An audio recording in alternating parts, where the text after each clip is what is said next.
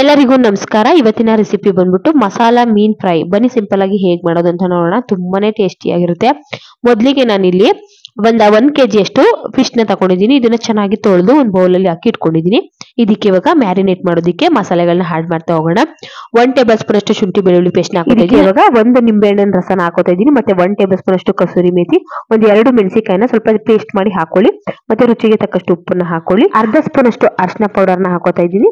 1 table spoon ಅಷ್ಟು chilli powder, 1 table spoon ಅಷ್ಟು jeera powder, ಅರ್ಧ ಸ್ಪೂನ್ ಅಷ್ಟು ಗರಂ ಮಸಾಲ, ಅರ್ಧ ಸ್ಪೂನ್ ಅಷ್ಟು ಜೀರಾ ಪೌಡರ್, ಮತ್ತೆ 1 ಟೇಬಲ್ ಸ್ಪೂನ್ ಅಷ್ಟು ಧನಿಯಾ ಕಾಳನ್ನ ಕ್ರಶ್ ಮಾಡಿ ಹಾಕೋತಾ ಇದ್ದೀನಿ. ಇದು ಆಪ್ಷನಲ್ ಹಾಕ್ಲೇಬೇಕಂತ ಏನಿಲ್ಲ, ಸ್ಕಿಪ್ ಕೂಡ ಮಾಡಬಹುದು.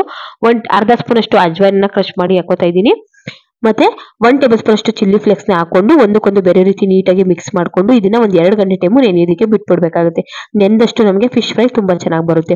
ಇವಾಗ ಒಂದು ಬೌಲ್ ನ ಇಟ್ಕೊಂಡಿದ್ದೀನಿ. ಇದಕ್ಕೆ ನಾನು ಒಂದು 2 ಟೇಬಲ್ ಸ್ಪೂನ್ ಅಷ್ಟು ಕಡಲೆ ಹಿಟ್ಟನ್ನ ಹಾಕೋತಿದ್ದೀನಿ. ಹಾಕೊಂಡು ಚೆನ್ನಾಗಿ ಮಿಕ್ಸ್ ಮಾಡ್ಕೊಂಡು ಸ್ವಲ್ಪನೇ ನೀರನ್ನ ಸೇರಿಸ್ಕೊಂಡು ಇದನ್ನ ಪೇಸ್ಟ್ ರೀತಿ ಮಾಡ್ಕೋಬೇಕಾಗುತ್ತೆ. ಸ್ವಲ್ಪ ಗಟ್ಟಿಯಾಗಿ ಕಲಸಿಟ್ಕೋಬೇಕಾಗುತ್ತೆ. ನೋಡಿ, ಈ ರೀತಿಯಾಗಿ ರೆಡಿ ಆಗ್ಬೇಕು.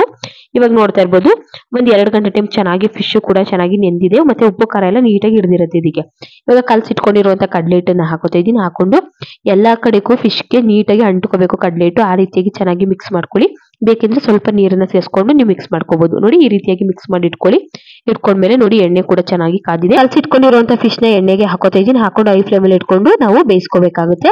ಒಂದು 3 ರಿಂದ 4 ನಿಮಿಷ ಆದ್ಮೇಲೆ ಮತ್ತೆ ತಿರುವಾಗಿ ಬೇಯಿಸ್ಕೊಳ್ಳಿ. ಚೆನ್ನಾಗಿ 2 ಕಡೆ ಕೂಡ ಚೆನ್ನಾಗಿ ಫ್ರೈ ಆಗ್ಬೇಕು. ನೋಡಿ, ಇಷ್ಟು ಕಲರ್ ಬಂದ್ರೆ ಸಾಕು, ಫಿಶ್ ಚೆನ್ನಾಗಿ ಬೆಂದಿದೆ ಅಂತ ಹೇಳಿ. ಇವಾಗ ಎಣ್ಣೆ ಎಲ್ಲ ಸೋದಿಸ್ಕೊಂಡು ಸರ್ವಿಂಗ್ ಪ್ಲೇಟ್ಗೆ ಸರ್ವ್ ಮಾಡ್ಕೊಂಡ್ರೆ ನಮಗೆ ಮಸಾಲಾ ಮೀನ್ ಫ್ರೈ ರೆಡಿ ಆಯ್ತು ಅಂತ ಹೇಳ್ಬೋದು. ತುಂಬಾ ಚೆನ್ನಾಗಿರುತ್ತೆ. ಪುದೀನಾ ಚಟ್ನಿ ಜೊತೆ ತಿನ್ಬೋದು, ಮತ್ತೆ ಈರುಳ್ಳಿ ನಿಂಬೆಹಣ್ಣು ಜೊತೆ ತಿಂದ್ರೆ ಸಖತ್ತಾಗಿರುತ್ತೆ. ಒಂದ್ಸಲ ಈ ರೀತಿಯಾಗಿ ಟ್ರೈ ಮಾಡಿ. ಯಾವಾಗ್ಲೂ ಒಂದೇ ತರ ರೆಸಿಪಿ ಮಾಡ್ಕೊಳ್ಳೋದಕ್ಕಿಂತ ಒಂದ್ಸಲ ಈ ರೀತಿಯಾಗಿ ಟ್ರೈ ಮಾಡಿ. ತುಂಬಾ ಇಷ್ಟಪಟ್ಟು ತಿಂತೀರಾ.